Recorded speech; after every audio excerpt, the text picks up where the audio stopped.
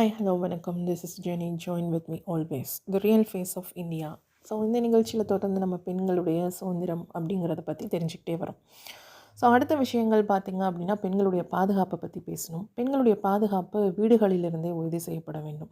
அதாவது நம்ம வளர்க்கப்படும் முறை, நம்மை சுற்றி இருக்கக்கூடிய உறவுக்காரர்கள் அவர்களிடமிருந்து நமக்கு பாதுகாப்பு வேண்டும். அப்புறம் நம்ம வளரக்கூடிய இடங்கள், வசிக்கக்கூடிய இருப்பிடங்கள், அதனை சுற்றியுள்ள இடங்கள் மற்றும் நீங்கள் வெளியில் நம்ம போகக்கூடிய இடங்கள், அது பள்ளிக்கூடமாக இருந்தாலும் சரி, கல்லூரிகளாக இருந்தாலும் சரி, அல்லது பொதுவான இடங்களில் வேலைக்காக செல்லக்கூடிய இடங்களாக இருந்தாலும் சரி, போக்குவரத்து இடங்களிலும் சரி, அதாவது பேருந்துகளில் பயணம் செய்யலாம், ரயில்களில் பயணம் செய்யலாம், மற்றும் விமானங்களில் எதில் வேணாலும் நம்ம பயணம் செய்யும் போது பெண்களுக்கான பாதுகாப்பு அப்படிங்கிறது அங்கே நமக்கு ஒரு கேள்விக்குறியாக தான் இருக்குது. ஏன்னா நான் சொன்ன மாதிரி பெண்களுக்கு தெரியாமலேயே பெண்களை புகைப்படம் எடுத்து அதை பல சமூக வலைதளங்களிலும் பல மனிதர்களுக்கும் காசிற்காக விற்பனை செய்யக்கூடிய நபர்களும் இன்றளவும் உண்டு. இன்னும் நம்ம ரொம்ப தெளிவாக சொல்ல போகணும் அப்படின்னா, பெண்களுடைய விருப்பமே இல்லாமல் அவர்களை பின்தொடரக்கூடிய நபர்களும் அவர்களை காதலிப்பதாக ஒருதலை அப்படின்னு நம்ம சொல்லலாம்.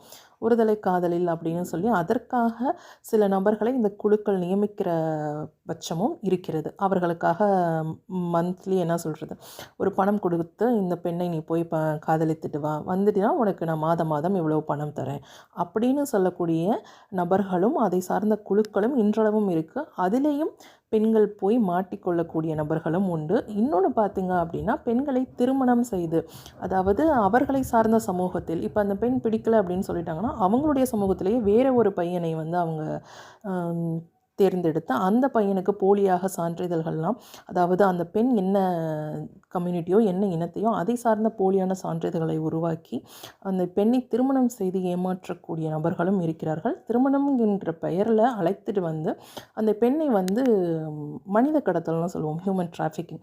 ஸோ அந்த மாதிரி ஒரு ஏரியாவிலேருந்து இன்னொரு ஏரியாவுக்கு வேறு நபர்களுக்கு அவர்கள் விலை மாதுகளாக விற்கக்கூடிய சூழ்நிலையும் இன்றளவு நடந்து கொண்டிருக்கிறது அப்படிங்கிறத நம்ம ரொம்ப தெரிஞ்சுக்கணும் தெள்ள தெளிவாக. அதனை சார்ந்த குழுக்களும் அதற்கான ஒரு பெரிய அமைப்புமே இதற்கு செயல்படுகிறது. இதற்கு அடுத்து நீங்கள் பார்த்தீங்க அப்படின்னா, பெண்கள் உரிமைக்கு அடுத்து என்ன இருக்குது அப்படின்னா, மனித உரிமைகள் ஆணையம் அப்படிங்கிறது இருக்குது. இந்த மனித உரிமை மீறல் அப்படிங்கிறது ஆண் பெண் இருவருக்குமே பொதுவாக பொருந்தும். ஆனால் மிகவும் ரொம்ப பாதிக்கப்படக்கூடியது யார் அப்படின்னு கேட்டோம் அப்படின்னா பெண்கள் தான். அதாவது அவர்களுக்கு எந்த ஒரு முன்னறிவிப்பும் விழிப்புணர்வும் இல்லாமல் காதல், திருமணம் அல்லது வேலைவாய்ப்பு அப்படின்னு சொல்லி ஏமாற்றி ஒரு இடத்திலிருந்து இன்னொரு இடத்திற்கு கொண்டு போய் கடத்தி, அதாவது கடத்தல்ங்கிற பெயரில் கடத்தல் இல்லாமல் ஏமாற்றக்கூடிய நபர்களும் அதனை சார்ந்த குழுக்களும் இன்றளவும் செயல்படுகிறது. இந்த பாதுகாப்பு தொடர்ந்து பெண்களுக்கு இருக்கா அப்படிங்கிறத நம்ம எல்லாருமே சிந்திக்கணும். தொடர்ந்து அதை பற்றி பேசுவோம். நன்றி.